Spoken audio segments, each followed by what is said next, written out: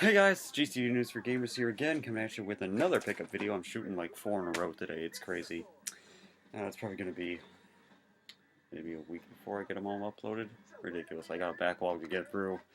But I went to Movies Flea Market today, and I got quite a bit. I had $55 to spend, and I ended up only spending $35.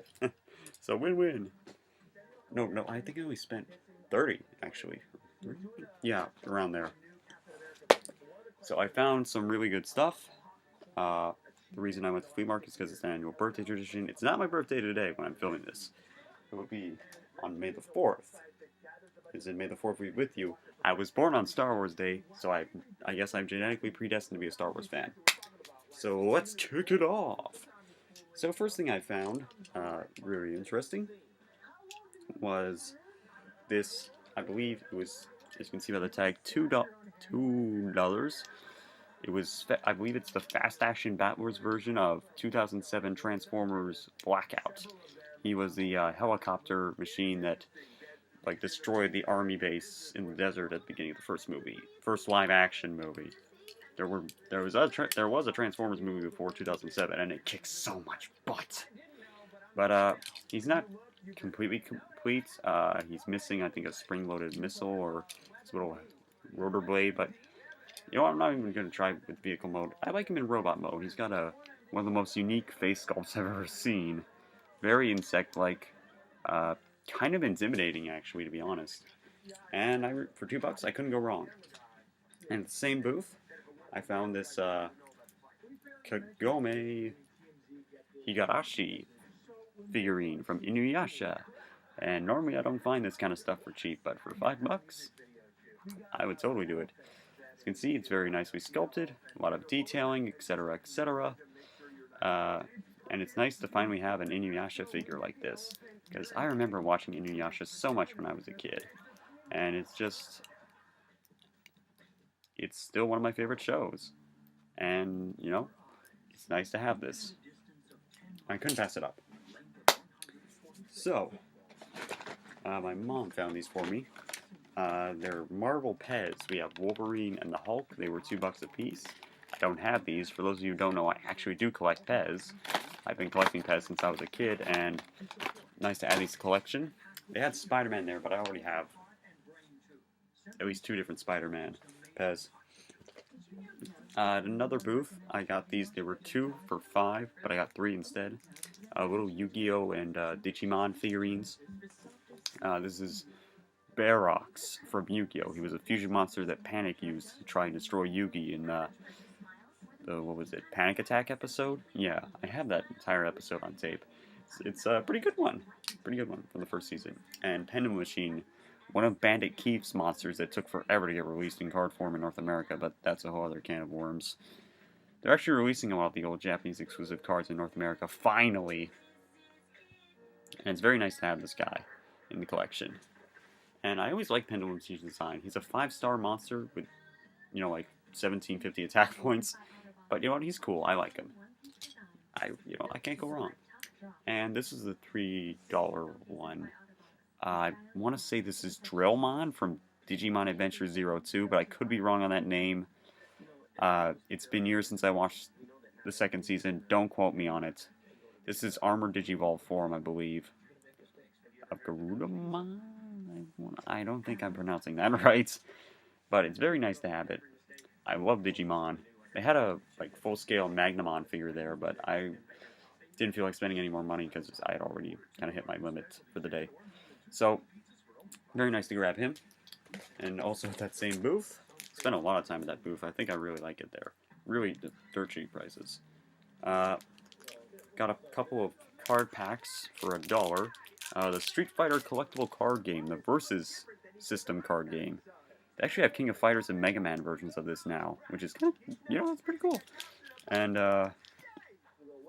there's 10 cards in the pack. It has a Buki on the cover, very nice art. And I was just like, Street Fighter cards?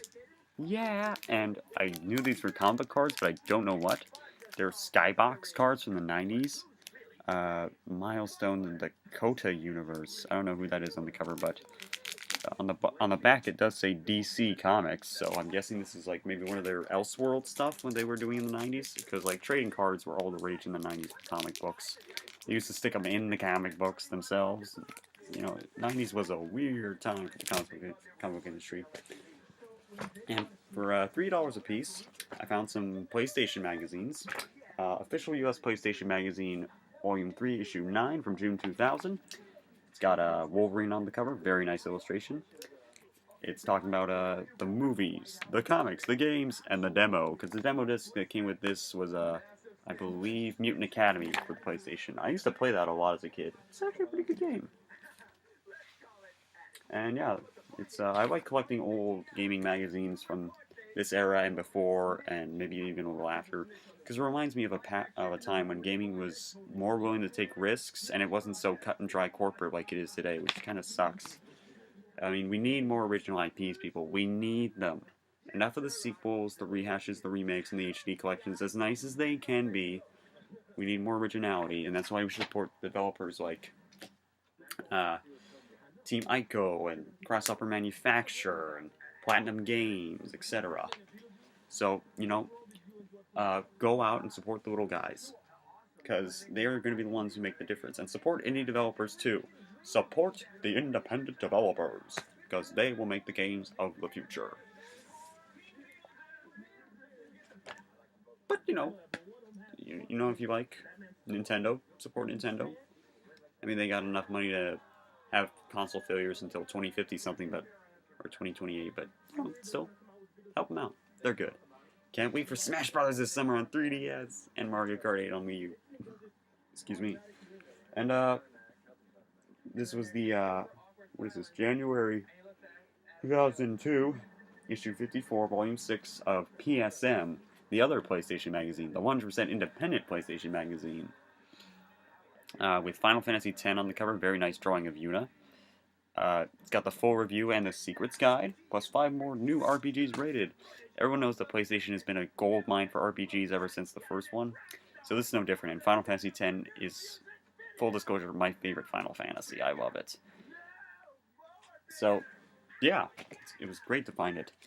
And this was also great to find. It was the tag says $12, but I got it for half off at $6. In a bundle.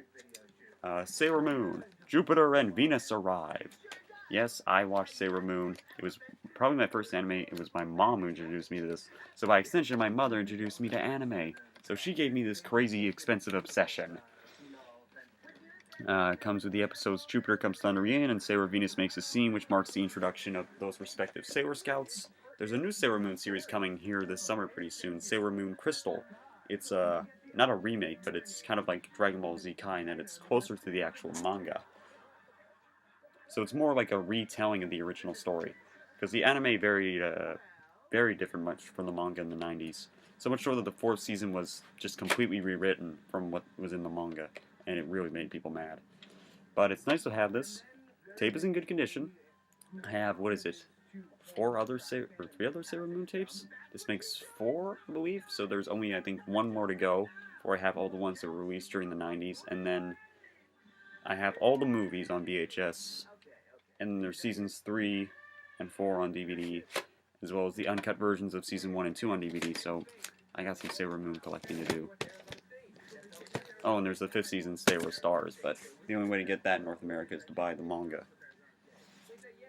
Because it was never dubbed, and that sucks to this day. But Canada, YTV paid to have the second half of the 2nd season dubbed, so they could finish. And then Toei stepped in themselves and dubbed seasons 3 and 4. But nobody bothered to dub season 5? American dubbers! And this is the Golden Boy pickup, bringing that back totally. It was $10. I've been looking for this game forever, and I know it's super easy and it's like baby's first RPG in a way. Well, Tecmo Secret of the Stars is more like baby's first RPG, but it's one that I've been after for a while, and it's very nice to finally add it to the collection. It is Final Fantasy Mystic Quest from Squaresoft for the Super Nintendo. It's nice to finally have one of the Final Fantasy games on the Super Nintendo. Because I never had Final Fantasy 2. I never had Final Fantasy 3 or, 4 and 6 as they're known in Japan. And this is known as Final Fantasy USA in Japan. But I did play them, and Mystic Quest is the one game that always interested me, and I never got to play it. And I've seen good things said about it and bad things said about it, mostly from people who think it's too easy. But, I have fun with most Final Fantasy games, and this one should be no exception, and it's nice to finally add another RPG to the list. Because I don't really, you know what, I feel kind of ashamed admitting I don't have that many RPGs on the Super Nintendo. It really sucks, but hopefully I'll get more of them, but damn are they expensive. Anyway, so I'll see you guys next time. Take care.